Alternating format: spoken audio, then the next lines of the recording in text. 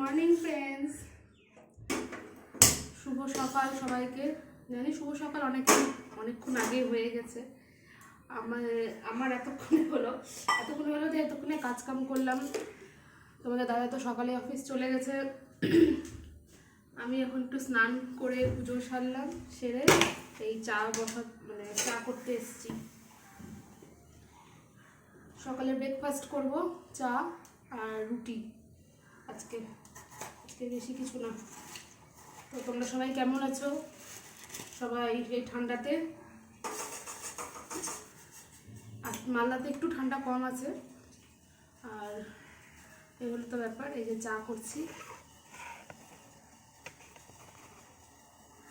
তো চলো চাটা খেয়ে নিই, ব্রেকফাস্ট করে নিই, তারপরে একদম পরে আসবো দুপুরবেলা কি করি।